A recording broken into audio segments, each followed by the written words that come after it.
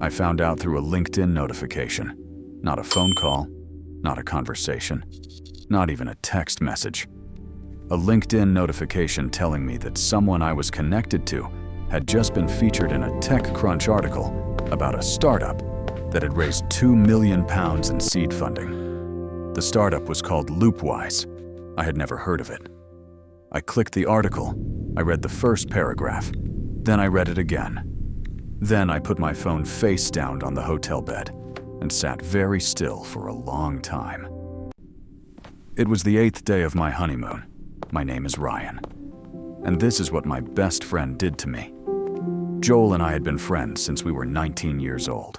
We had grown up in the same town, gone to different universities, come back to the same city afterward, and picked up exactly where we had left off. 15 years of genuine, unquestioned friendship. The kind of friendship that does not require maintenance because it is simply there. In 2021, I had an idea for a B2B workflow automation tool. Nothing revolutionary on the surface, but with a specific approach to integration that I believed solved a problem nobody had properly solved yet. I built out the concept over 6 months. I had wireframes. I had a business model. I had done the market research. I told Joel about it in October 2021 over dinner. I showed him everything. The wireframes, the deck, the research. I trusted him completely. He had a technical background. I wanted his feedback. His feedback was enthusiastic. He asked detailed questions. He asked if he could send some of the documents to a contact of his who worked in product at a scaling startup. I said yes. 3 weeks later, he told me his contact had not been interested. I moved on. Life got busy.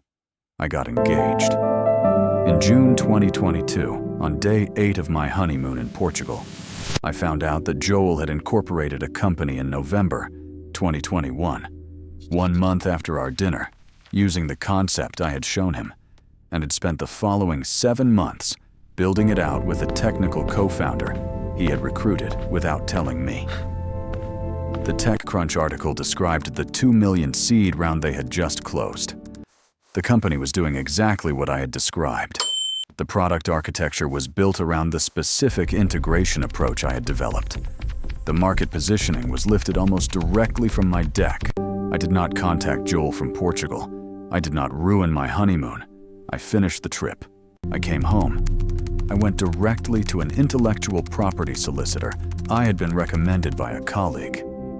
I will not detail the full legal process because it was lengthy and expensive, and the specifics are part of a confidentiality agreement. What I will tell you is that the combination of the dinner, the documents I had sent Joel with timestamps, the emails in which he had asked for those documents, and a trail of activity showing the company was incorporated weeks after our meeting was enough to bring a viable claim for misappropriation of confidential business information. The case was settled out of court 14 months after I filed. The settlement included a financial component and a licensing arrangement.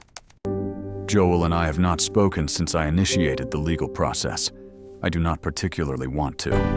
What I lost beyond the specific situation is harder to articulate. It is the particular loss of the version of your life you thought you were living. I had spent 15 years believing in a friendship that was, at minimum, much more conditional than I had understood. That is the thing about deep betrayal. It does not just damage the present.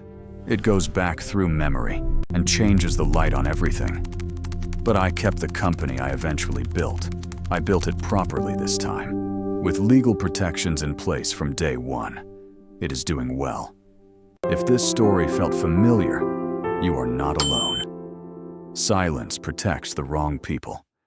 I am backstabbed, and I will see you next time.